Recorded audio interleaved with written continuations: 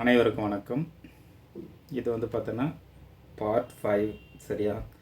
நான் பார்ட்டாக போயிட்டே இருக்கேன்ட்டா ஸ்கிப் பண்ண முடியாதில்ல, அதனால் தெளிவாக பார்த்தீங்கன்னா ஒரு பார்ட்டாக போட்டிருக்கேன். யூஸ்ஃபுல்லாக இருந்தால் இது பார்த்தோன்னா ரிவிஷனுக்கு யூஸ் பண்ணிக்கோங்க. சரிங்களா? நம்ம இதுவரையும் துக்ளக் மரபு முடிச்சிட்டோம். அடுத்து சையது மரபு தான் வரணும். இடையில தைமூருன்னு ஒரு படையெடுப்பு வரும். அதுக்கான காரணம் என்னன்றது அதுக்கப்புறம் வர சையது வம்சம் லோடி வம்சத்தோடு இந்த வீடியோ கம்ப்ளீட் ஆகிடும். அடுத்து நிர்வாகம், அதுதான் ரொம்ப ரொம்ப இம்பார்ட்டன்ட். சரியா? ஒரு ஆட்சியாளர்கள் ஆட்சி செஞ்சுருக்காங்க, அந்த ஆட்சியாளருடைய நிர்வாகம் எப்படி இருந்தது, அந்த நாட்டில் மக்கள் எப்படி இருந்தாங்க, சரியா, சமூக கலாச்சாரம் எப்படி இருந்ததுன்றது தான் கொஸ்டின் ஏரியா. ரொம்ப இம்பார்ட்டன்ட்டு. இதுக்கு அப்புறமா வர இன்னொரு வீடியோ ரொம்ப ரொம்ப இம்பார்ட்டண்டான ஏரியா. சரியா? இந்த வீடியோ பார்த்து முடிச்சுட்டு பிறகு அந்த வீடியோ பார்த்தீங்கன்னா அப்லோட் பண்ணுறேன். சரியா? வீடியோ பார்த்துட்டு கமெண்ட் பண்ணுங்கள், இல்லை லைக் பண்ணுங்கள். சரியா? பார்க்குறீங்க, எந்த ஒரு லைக்கும் பண்ணுறதில்ல, கமெண்ட்டும் பண்ணுறதில்ல. நீங்கள் எப்படி பார்க்குறீங்கன்றது கூட எனக்கு தெரியல. சரிங்களா? இன்றைக்கி பார்த்தீங்கன்னா தைமூர் படையெடுப்பை பற்றி பார்க்கலாம். ஓகேவா?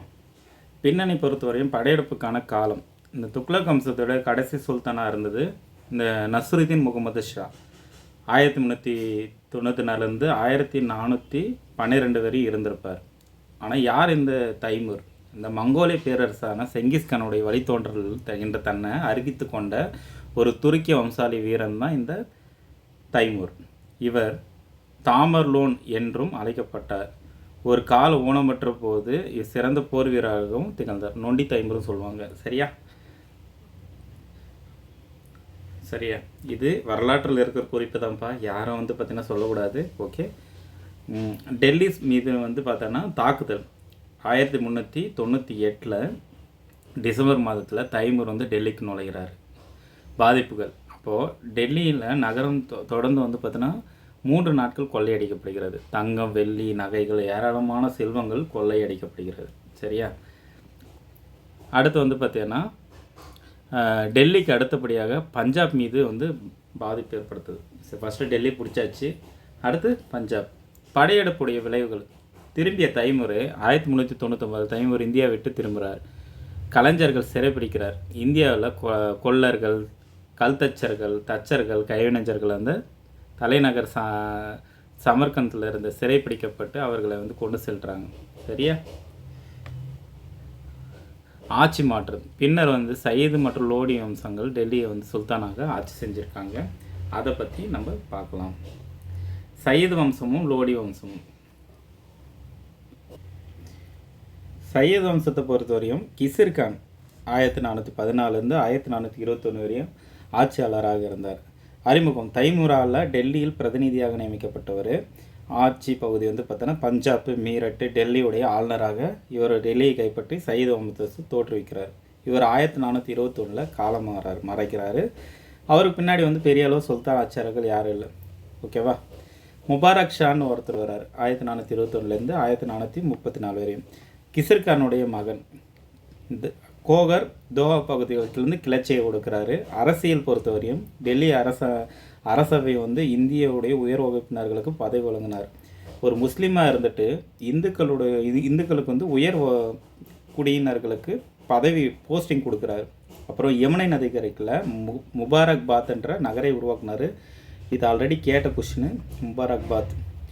அதுக்கப்புறம் பார்த்தீங்கன்னா 1434 படுகொலை செய்யப்படுறார். இதுவும் தெரிஞ்சுக்கணும். அடுத்து பாருங்கள், முகமது ஷா.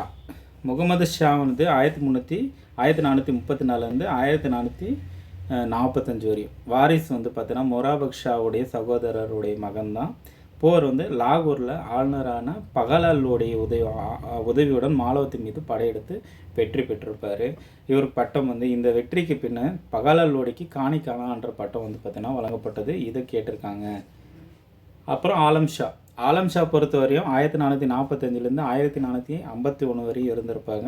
திறமற்ற ஆட்சியாளராக திகழ்ந்தவர். இதனால் 1451 தனது பதவியை தானாகவே துறக்கிறார் ஆலம் ஷா. முக்கியத்துவம் என்னென்னா, டெல்லி சுல்தான் வரலாற்று தானாகவே தன்னுடைய பதவியை துறந்த ஒரே சுல்தான் யாருன்னா இந்த ஆலம் ஷா தான். இதுவும் டிஎன்பிஎஸ்சியில் எதிர்பார்க்கலாம். இதனுடைய விளைவுகள் என்னென்னா, இதனால் பகாலோடிக்கு டெல்லி சுல்தானாகும் வாய்ப்பு கிடைக்கிறது. லோடி வம்சத்தை எழுச்சினால் டெல்லி சுல்தானும் டெல்லிக்குள்ளே சுருங்கிவிட்டது. ஓகேவா. அடுத்து பாருங்கள், லோடி வம்சம். லோடி வம்சம்னா பகாலா லோடி, சிக்கந்தர் லோடி, இப்ராஹிம் லோடி. ஓகேவா. இந்த ஏரியா வந்து முக்கியமானது. சரியா. பகாலா லோடி வந்து 1451லேருந்து 1489 வரையும். நிறுவனர் யாருன்னா லோடி வம்சத்தை தோற்றுவித்தவர் இவர் தான். ஆட்சி முறை பொறுத்தவரையும் அரியணையில் அமராமல் கம்பளத்தில் அமர்ந்து சமத்துவமாக ஆட்சி செய்தார். அரியணைலாம் வேணாம், சமமான கம்பளத்தில் உட்காந்து ஆட்சி செய்தார். உயர்குடியினர் கருத்துக்களை அறிந்த பிறகு இந்த முடிவுகளை எடுப்பார். வெற்றி வந்து இவர் வந்து மேவார், சாமல், எட்வா, குவாலியர் என்ற பகுதிகளில் ஜெயிச்சிருப்பார். வங்காளத்துடைய ஷாக்கிய அரசு இவரால் வந்து கைப்பற்றப்பட்டதுன்னு தெரிஞ்சுக்கணும். 1489 இவர் இறந்துட்டார். அடுத்து வருவர் யாருன்னா சிக்கந்தர் லோடி. சிக்கந்தர் லோடி பொறுத்தவரை சிக்கந்தர் ஷான்ற பெயரோட பட்டப்பெயரோட ஆட்சிக்கு வராரு. ஆக்ரா நகரை வந்து உருவாக்குவார் இவர் தான் சிக்கந்தர் ஷா. தலைநகர் மாற்றம், இவர் காலத்தில் ஒரு தலைநகர் மாற்றப்படுகிறது. தலைநகர் யார் யார் காலத்தில் மாற்றப்பட்டிருந்தால் கொஸ்டின் கேட்பாங்க. சரியா. ஃபஸ்ட்டு லாகூர்லேருந்து டெல்லிக்கு வந்திருக்கோம், டெல்லியிலேருந்து தௌலதாபாத் மாறி இருக்கும், திருப்பி தௌலதாபாத்லேருந்து மறுபடியும் டெல்லிக்கே மாற்றிருப்பார் முகமது பின் துக்ளக்கு. அடுத்து வந்து பார்த்தீங்கன்னா சிக்கந்தர் லோடி வந்து பார்த்திங்கன்னா தலைநகர் வந்து பார்த்திங்கன்னா டெல்லியிலேருந்து ஆக்ராவுக்கு மாற்றுறாரு. பீகார் முழுவதும் தன் கட்டுப்பாட்டில் கொண்டு வராரு. அங்கே மாற்றிட்டு பேருக்கு பீகார் ஃபுல்லாக கண்ட்ரோலுக்கு வருது. நிர்வாகம், சிறந்த நிர்வாகி மற்றும் சமஸ்கிருத நூல்களை வந்து பாரசீக மொழியில் மொழிபெயர்க்க செய்தவர் இவர். பல சாலைகளும் மற்றும் நீர்ப்பாசன வசதிகளை ஏற்படுத்தியவர். முக்கியமான தலைவராக பார்க்கணும் சிக்கந்தர் லோடி. சரி. அடுத்து இப்ராஹிம் லோடி சகிப்புத்தன்மையற்ற ஆட்சியாளராக இருந்து உயர்குடியினை அவமதிப்பதால் தௌலத் கானுடைய மகன் தில்வர் கானை வந்து கொடுமைப்படுத்துகிறார். பாபருடைய வருகை, இதனால் வந்து தௌலத் கான் லோடியினுடைய முகலாய மன்னரான பாபர் இந்தியாவுக்கு மீது படையெடுக்க அழைப்புக்கு காரணமானவர் வந்து இந்த இப்ராஹிம் லோடி. இவர் வந்தார். பானிபட் போர் 1526 நடக்குது. பாபரால் தோற்கடிக்கப்படுறாரு. லோடி வம்சம் முடிவுக்கு வருது. முகலாய பேரரசு ஸ்டார்ட் ஆகுது. வருஷங்கள் பார்த்தோன்னா டைம்லைன் பார்த்தோம்னா எதெல்லாம் அப்படின்னா முக்கியமான ஆண்டுகள் வந்து 1398 தைமூர் வந்து டெல்லி வந்து படையெடுப்பு. தைமூர் இந்தியா விட்டு வெளியேறாரு 1399. அதுக்கப்புறம் சையத் வம்சம் தொடங்கும். அதுக்கடுத்து லோடி வம்சம் தொடக்கம். தலைநகர் டெல்லியிலேருந்து ஆக்ராவுக்கு மாற்றப்பட்ட வருஷம் ரொம்ப முக்கியம், 1504. அப்புறம் சிக்கந்தர் லோடி மறைவு. அப்புறம் பானிபட் போர் 1526. இது முக்கியமானது இப்ராஹிம் லோடியோட. சரியா. எக்ஸாம் பாயிண்ட் ஆஃப் வியூவில் இதெல்லாம் பார்க்க வேண்டியது இருக்குது. சரிங்களா. இப்போ டீட்டெயிலாக டீகோட் பண்ணிடலாம். தைமூர் படையெடுப்பு. பெருஷா துக்ளக் இறந்த பிறகு 10 ஆண்டுகள் கழித்து தாமர்லேன் அப்படின்ற அழைக்கப்பட்ட தைமூர் வந்து டெல்லி மீது படையெடுக்கிறார். தைமூர் மங்கோலிய பேரரசர் செங்கிஸ்கானின் வழித்தோன்றல் என தன்னை அறிவித்து துருக்கி வம்சத்தை சேர்ந்தவர் தான் இவர். ஒரு கால் ஊனமுற்று இருந்தபோதும் தைமூர் வந்து சிறந்த போர் வீரராக இருந்தார். துக்ளக் வம்சத்தினுடைய கடைசி சுல்தான் வந்து நஸ்ருதீன் முகமது ஷா வந்து ஆவார். 1394 1412 வரையும். நஸ்ருதீன் முகமது ஷா ஆட்சி காலத்தில் தைமூர் வந்து இந்தியா மீது படையெடுத்து பண்ணியிருப்பார். அது தெரிஞ்சுக்கணும். டெல்லி மீதான தாக்குதல். தைமூர் வந்து இந்தியா நோக்கி வருவதாக அறிந்து சுல்தான் நஸ்ருதீன் டெல்லியை வந்து விட்டு வெளியேறார். ஓகேவா. 1398 டிசம்பர் மாதத்தில் தைமூர் வந்து டெல்லியில் நுழையிறாங்க. டெல்லியில் ஒரு 3 நாள் தங்கி கொள்ளையடிக்கிறாங்க. ஒரு நாளில் கொள்ளையடிக்கலை, ஒரு 3 நாள் தங்கி கொள்ளையடிக்கிறான். மொத்தமாகவே காலி. சரியா. தங்கம், வெள்ளி, நகைகள் எல்லாத்தையும் செல்வங்களும் தூக்கிட்டு போயிட்டு தைமூர் படையப்போ டெல்லி வந்து அடுத்தபடியாக பஞ்சாப் பகுதி பெரும்பகுதி பாதிக்கப்படுகிறது. ஃபஸ்ட்டு டெல்லி தூக்கியாச்சு, அடுத்து பஞ்சாப் பகுதி தூக்குறாங்க. படையெடுப்புடைய விளைவுகள் என்ன அப்படின்னா, இந்தியா வந்து விட்டு 1399 போகிறார். போகும்போது சும்மா போல் இந்த கொள்ளர்கள், தச்சர்கள் வந்து கைவினைஞர்களை சிறைப்பிடிச்சிட்டு கூப்பிட்டு போயிடுறார். அவர்களை தனது தலைநகரான சமர்கண்டில் வந்து கட்டடங்கள்லாம் நீங்கள் நிர்மாணித்து தரணும் அப்படின்னு சொல்லிட்டு கூப்பிட்டு போயிடறாங்க. நஸ்ருதீன் முகமது ஷா அப்படின்ற 1412 ஆட்சியை தொடர்றாங்க. நஸ்ருதீன் முகமது ஷா வந்து 1412 ஆட்சி தொடங்குறாங்க. பின்னர் சையது லோடி வந்து லோடி வம்சம் 1526 டெல்லியை வந்து பார்த்திங்கன்னா சுல்தானி ஆட்சியாக அறிவிக்க செய்கிறார். இதுலேருந்து சையது வம்சம் ஸ்டார்ட் ஆகுது. சையது வம்சம் 1414 1451 வரையும். சரியா. இது இயரெல்லாம் பார்த்து வச்சுக்கோங்க. குரோனாலஜிக்கல் கொஸ்டின் கேட்பாங்க, இயர்லேருந்து கொஸ்டின் கேட்பாங்க. இந்த கிசிர்கான் வந்து பார்த்தோன்னா பஞ்சாப் பகுதியினுடைய பொது நலன்களை கவனிக்க தைமூர் கிசிர்கானை வந்து பிரதிநிதியாக நியமிக்கிறாங்க. ஓகேவா. பஞ்சாப் பகுதி மட்டும்தான் அவர். பஞ்சாப், மீரட்டு, டெல்லி பகுதியின் ஆளுநராக நியமிக்கப்பட்ட இந்த கிஸ்ர்கான் பின்னர் டெல்லியை கைப்பற்றி சைத வம்சத்தை வந்து நிறுவுறாரு. சைத வம்சத்தை நிறுவுறாங்க. 1421 கிஸ்ர்கான் மறைந்தார். அவருக்கு பின்னாடி முராபக் ஷா, முகமது ஷா, அலாவுதீன் ஆலம் ஷான்றவங்க ஆட்சி செஞ்சுருப்பாங்க. இவங்க பெரிய அளவு டெல்லி வந்து சுல்தான்களாகவே இருந்தாங்க அப்படின்றாங்க. பேரளவில் தான் இருந்திருக்காங்க. அப்புறம் தான் முபாரக் ஷான்ற ஒருத்தர். கிஸ்ர்கான் மறைவுக்கு பிறகு அவரது மகன் வந்து முபாரக் ஷா. முபாரக் ஷா பொறுத்த வரையும் இந்த தோப் பகுதின்னு சொல்லுவாங்க, கோகர் தோகா பகுதி உள்ளூர் தலைவருடைய கிளர்ச்சிகளை வந்து அடக்கியிருப்பார்.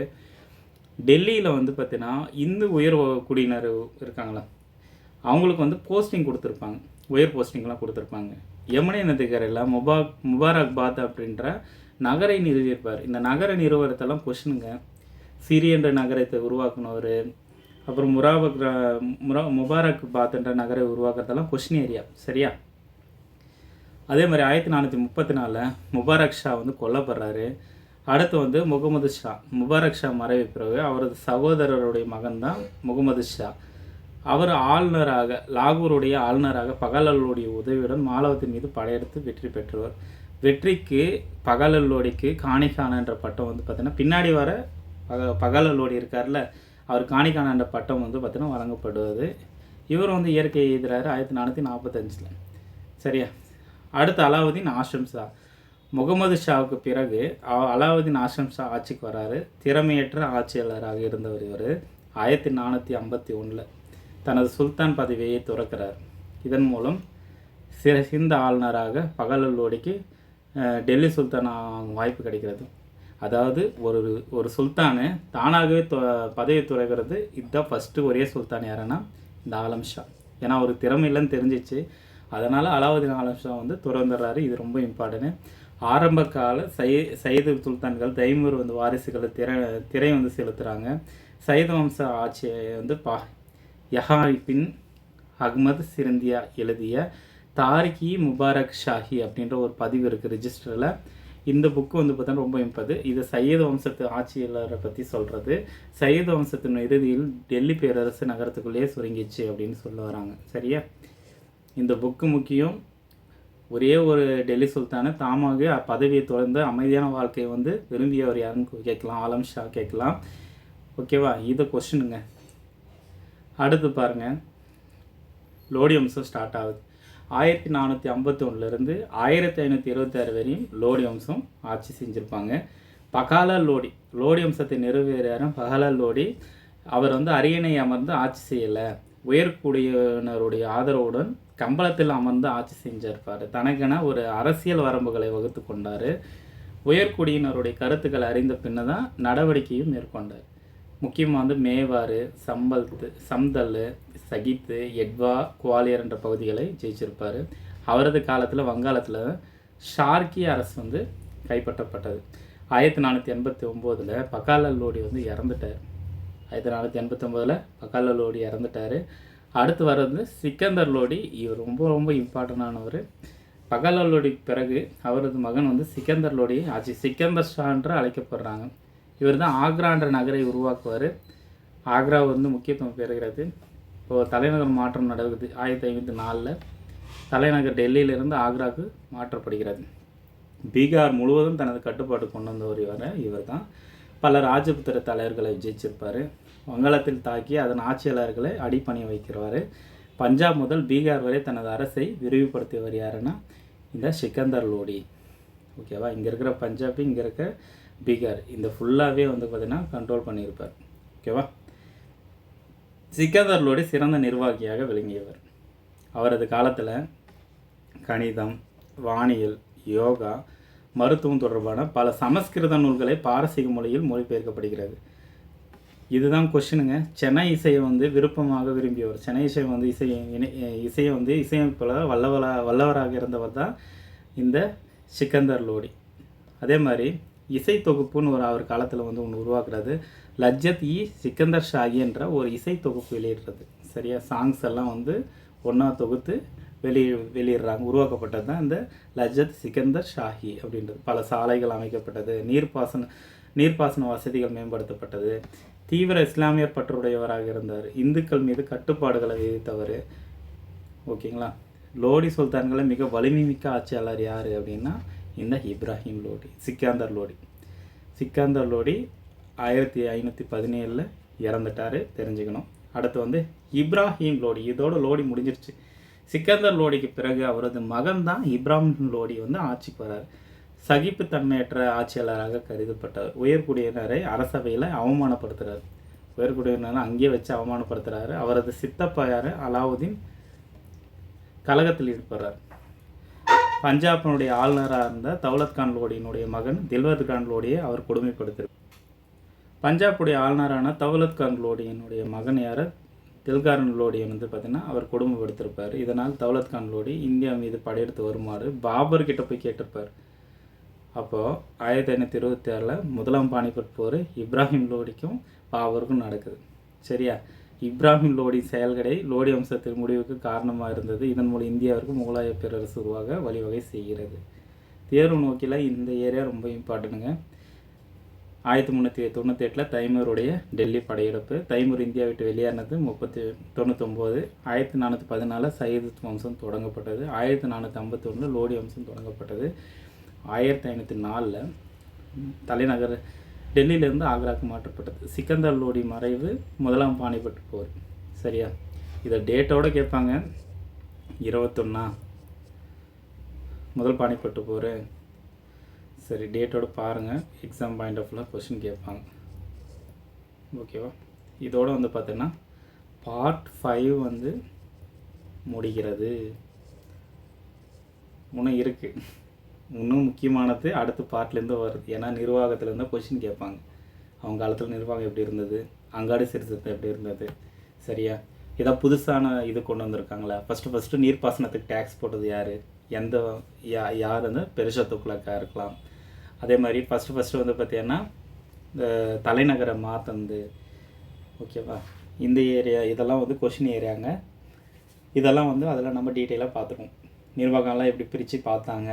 சரியா. இராணுவ சீர்திருத்தம் என்னென்ன கொண்டு வந்தாங்க. ஓகேங்களா. பொது பணிகள் எப்படி இருந்தது அப்படின்ற டீட்டெயில்ஸ் எல்லாம் அடுத்த வீடியோவில் வந்து கொடுத்துடலாம். அடுத்த வீடியோ கொஞ்சம் பெருசாக போச்சுன்னா அதிலே 2 பார்ட்டாக போகும். சரி, தொடர்ந்து படிங்க. அடுத்த ஒரு வீடியோவில் பார்க்கலாம். All the best. தேங்க்யூ.